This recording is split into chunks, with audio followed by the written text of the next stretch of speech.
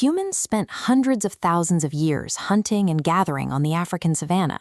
Yet, in a mere fraction of a cosmic second, we conquered the globe and lit up the planet with sprawling metropolises.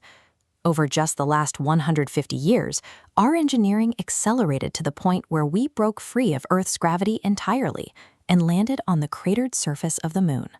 To fuel that rapid expansion, our global energy consumption skyrocketed. By 2015, humanity was generating and consuming 17.35 terawatts of power every single year. That number feels enormous to us. However, measuring ourselves against our own primitive past creates a false sense of security.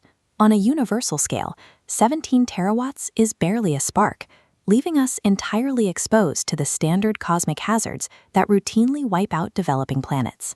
In 1964, Soviet astronomer Nikolai Kardashev proposed a way to measure exactly where a civilization stands on that universal scale. Instead of looking at their art or politics, he categorized them by the raw mathematical amount of energy they can produce. Soon after, the astrophysicist Carl Sagan developed a precise mathematical formula to assign any hypothetical civilization an exact rating on Kardashev Scale. This diagram shows Sagan's equation in action. If we plug our global output of 17.35 terawatts into the formula, it resolves to a rating of exactly 0.72. The Kardashev scale's lowest formal tier is a Type 1 civilization, meaning we are still firmly a Type 0. Sagan characterized this specific phase as technical adolescence. We have enough power to alter our own world, but not enough to control it. The immediate test for our species is whether we can survive our own development long enough to reach Type 1 status. A true Type 1 planetary civilization must be capable of capturing and utilizing 100% of the solar energy reaching its home world. For Earth, that equals an immense 7 times 10 to the 17th watts of power. To understand how that translates to control, consider that a Type 1 civilization utilizes energy equivalent to the natural forces that drive our weather. With that much power, a species could counteract the heat and pressure of a developing hurricane or pump energy into the crust to stabilize a fault line before it slips.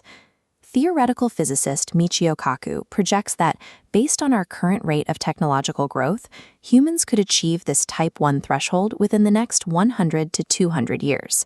Reaching this point means a civilization is no longer at the mercy of its homeworld's internal instability. If a planet can be regulated like a machine, the species can safely direct its focus outward towards its host star. Stepping up to a Type 2 or stellar civilization requires an exponential leap in capability. A species at this level can harness the complete, total energy output of their central star. This animated visualization illustrates how they might actually do it.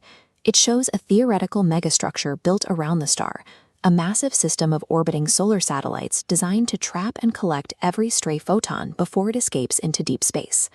The concept of this stellar engine was originally popularized by the physicist Freeman Dyson, who reasoned that an expanding civilization would eventually need to encapsulate its sun to sustain its growth. An even more extreme method involves feeding stellar mass directly into a nearby black hole. The civilization would then harvest the intense radiation emitted by the accretion disk, the superheated ring of matter swirling around the event horizon.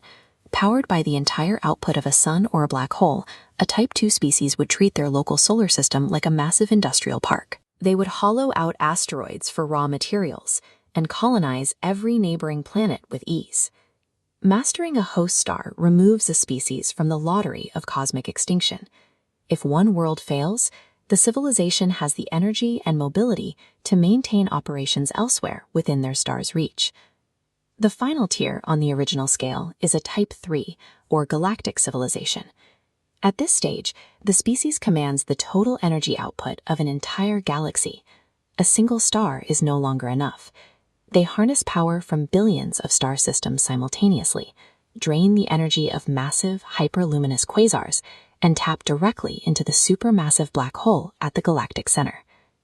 This animation shows the reality of that scale.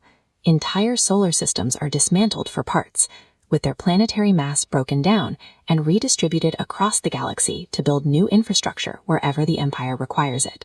At this level of energy control, the distinction between a species and its environment disappears. The civilization integrates the galaxy's gas, dust, and stars into a single network, where every celestial body functions as infrastructure.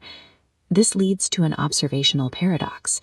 If a civilization reaches this point, they wouldn't waste starlight by letting it leak into space. Instead, they'd trap it all. To an outside observer, that galaxy would look like a dark hole. Astronomers mapped a real-world anomaly, the Great Void, measuring 330 million light-years across.